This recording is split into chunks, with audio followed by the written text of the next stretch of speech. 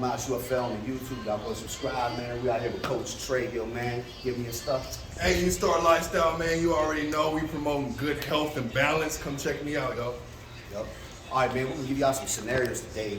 This is gonna be a different type of video, man. We're not giving y'all boxing and MMA stuff today, man. So we're gonna go straight into some street fighting shit. So we're gonna give y'all some circumstances. I'm gonna give you 3 things of what I think works in the street.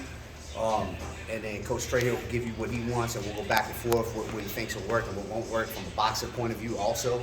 But I'm gonna give you 3 things, man, and these 3 things, man, remember guys, these are to try to not injure yourself. So not break your hands, not break your legs, not try to scuffle on the ground where you can eventually get hurt yourself, you know what I'm saying? Even though I'm a wrestler and all that stuff, what I'm trying to do is not injure myself. So the first thing I'm gonna do in the streets, man, by far, is if I can avoid going to jail or us getting locked up or somebody getting injured, is I'm gonna try to get out of the scenario altogether. But as you know, like I know, being in the bars, if you're drinking or doing whatever, sometimes getting away from a scenario is not gonna happen.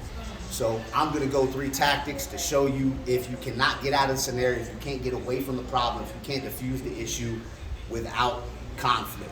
So the number 1 thing, like I said, I'm gonna try not to injure myself, man. All right. So we're gonna put. You want to say something first? Yes. All right. Another aspect I'm bringing to this video, we're going over knockout scenarios as well to add to the street effect. And by far, you don't have to hurt yourself to knock out your opponent. It's only 1 pound of pressure needed, and it's best to catch them off guard. So instead of putting so much power, let's add speed and technique into it. On top of what he's doing, you should be able to use it in any case scenario. And I'm gonna say this, man, like guys always, I hear people always be like, oh man, you know, somebody starts the fight, I'm gonna wait till they hit me first. I'm gonna wait, you know, from the areas that I've been at in life, man, the places that I've been, man, if you let a person hit you first, 9 times out of 10, it's gonna be too late for you to do anything. You know, if you're in elementary school or something like that, you might get away with that, man, but as a grown man, if you wait for somebody to strike you first, you're in a bad position, man. You know, so to me, if I've already come to the conclusion that we're gonna throw down, I'm gonna hit you first. I'm gonna attack you first. I'm coming at you offensively, and I'm aiming to hurt you, man. You know what I'm saying? I'm not gonna wait for you to try to hurt me. I'm not gonna stand there and wait for you to knock me out. You know. Yeah. Period. Setting the tempo is very important. You getting off first ensures that you set the tempo. You want him to fight your fight. You don't want to fight their fight. And like you said, elementary school, you might get away with a couple shots, but being grown and the education being power, and he hit you in the right spot, it might not be a fight to deal with. So handle your situation accordingly. Be the first one to get off. Set the tone. All right, we'll put that on real quick. Hit the pause. All right, man. The first one I'm gonna show you, man, is a punch to the solar plex, man. Again, you know, least injury, hitting a man in their face, man. You know, if a person knows how to hit, you know, that's fought before, and you hit a guy in the face, and you could possibly kill the guy. You know what I'm saying? So, and that's not being unrealistic. You know what I'm saying? You might knock them out, but 9 times out of 10, man, you could injure them like that. So I'm gonna hit straight to the solar plex. Anybody that's ever fought before, especially with MMA gloves on, if you've ever been hit in the solar plex, man, it's an ender, it's a finisher, man. It's a straight finisher. And in the streets, for guys that don't know how to fight, it's gonna take them out. I don't care how big they are. You know what I'm saying? So if we're standing here and we're beefing and we got issues and stuff, man, the first thing I want him to think is that, hey, look, I don't want to fight and shit. All right. So this punch right here, you guys have seen us do this in boxing, where we step back and hit the pad. All right. Same scenario. I'm coming down into the solar plex. So I'm standing here. He's coming forward on me and stuff. So I stand here. I'm back in here. Bang! Straight to the solar plex.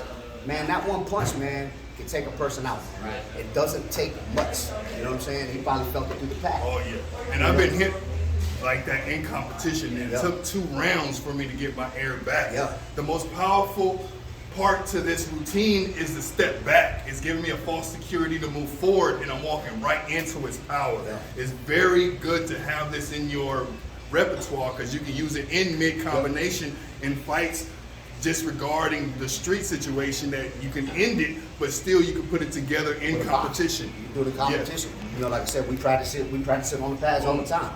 We practice it all the pads, you know, with the sticks and stuff. So one more time. So I'm coming in, I'm putting my hands up, and I'm backing out here.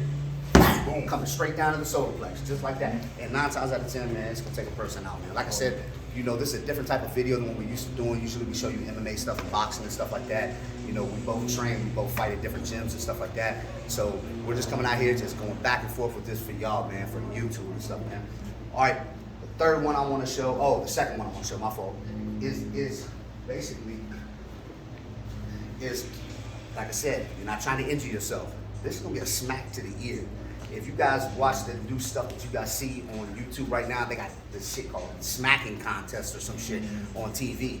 And if you watch that shit, these dudes are standing like almost at an arm wrestling table, man. And they're literally allowing themselves to get smacked. And these dudes are getting knocked the fuck out. Girls and guys, they're getting knocked out with these slapping contests. You can Google it, it's on YouTube, you can watch it. It's called slapping contest, man. And man, they put the chalk on their hands and everything, man. And they open hand smack the shit out of each other. And you'll see these dudes slump straight over the table, man, or fall back and knocked out, man. So a smack, an open hand smack to the ear, man, to put your ass out. And I don't have to worry about breaking my knuckles. When I got into a fight on the strip, I just palm struck the dude and kicked him. Basically, I didn't want to injure myself, even though I did end up with his teeth in my hand. You know what I'm saying? But I tried to palm strike him. I didn't hit him with my knuckles and stuff. So when you're standing here, it's all about your hips. So you're standing here, man, I don't want to fight, man. I'm done. Okay, so what you're doing, it's all in your hips. Same thing that you're doing when you throw a hook or whatever. All right, so I'm here, and it's just basically open hands out, right to the ear, man. It's just it's a straight smack, straight to the ear, and it's gonna knock their whole equilibrium off, man. They're not prepared for it. Like I said, you hear, man, I don't want to fight. Boom, straight smack. And that science goes for kicks as well. You have a handful of nerves right under the earlobe.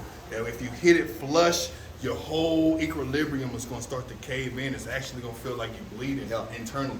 And that's when you fall to the ground because you don't know how to feel it. Yeah, and like I said, man, in MMA, I've been smacked in the ear on the ground. And I'm telling you, man, it knocks your whole senses off. It's almost, I'd rather have got just punched. You know what I mean? It knocks your whole, you don't know what's going on around you. You get smacked in the ear like that, it's like everything is gone. All right, my third one is the headbutt. Again, this causes an issue if he's 6'4", me standing in front of him. We're grabbing, and the reason why I say a headbutt is because if you don't have the possibility to use your hands, which means guys have already locked each other up. You know what I'm saying? And you don't know how to wrestle, you don't know how to, throw knees, you don't know how to clinch, you don't know how to defend yourself. This is just street scenarios. You're gonna headbutt the dude straight in the nose, man, right to the bridge of the nose. Boom, I'm not gonna headbutt this thing right here, but I'm just saying, like, look, when somebody say, boom, you throw that headbutt right to their nose. They got your hands locked down, they got your arms locked down. If I'm standing here, you grab me, and I can't get away, I don't move, and I don't know how to wrestle, and I don't know how to do takedowns, I don't know how to clinch you and throw knees, I don't know how to throw elbows. My arms are locked in. I'm gonna headbutt you right in your face. I'm gonna headbutt you right in the bridge of your nose, and it's gonna knock you out. You're not gonna hit coach's nose. Well, I'm gonna show you with a taller guy. It's the same thing. You come up underneath the chin. So I'm coming up. He has my arms locked in. Boom! I come up underneath the chin with my head. I won't be able to hit him in the nose because of the height. Of course, I'm trying to, this ain't Super Mario Brothers, but I can't come up underneath his chin the same way and use his arms as my leverage to come up underneath there and catch him right up underneath his chin. So it works with tall guys, short guys. You just got to figure out. Those type of shots, man, are going to get your opponent off of you. Especially the bridge to the nose, the sinuses are acting up, your eyes are tearing up. You're really not trying to move forward with that fight. Headbutt to the chin, you sever that first and second vertebrae and that brain stem, that's a knockout. Same with a punch. All you need is 1 pound of pressure. That's it. It won't take much, man. It's the punches that you don't see. We just said it's the punches that you don't see that knock you out, man. So it's the surprise of your opponent, man.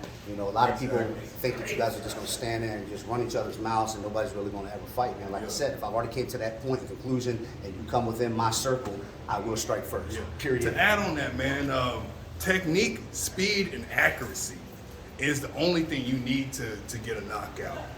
Take power and erase it from your mentality, because you don't need that blunt force to drive your opponent down or to make your opponent knock out. But at the same notion, blunt force trauma does work. But that shot that I didn't see is going to cause way more damage than the shot that I did see and had a chance to brace for it. All right. So for instance, if you're throwing a hook, let's throw a lead hook with your left arm, and I come around and I throw this shot here, he didn't see that hook. All right. So what I'm trying to do to give you guys some pinpoints to be aiming for is the chin. Now, when you're hitting the chin straight on, what's going to happen is you separate this vertebrae here, which is called the brain stem, that stops the blood to the brain. This is causing a factory reset. This is causing you to go down. You don't know what's going on at the moment because the blood has stopped rushing, right? The message between your central nervous system and your peripheral nervous system has stopped. So you are knocked out. So hitting in the chin is what you should be aiming for. Next, you want to cause a rupture to the brain. So if you cause that head to snap, and you cause that brain to go against the skull cap at vigorous force, that's a concussion. And you are going to go down with a knockout. You are going to black out. You're not going to know what's going on.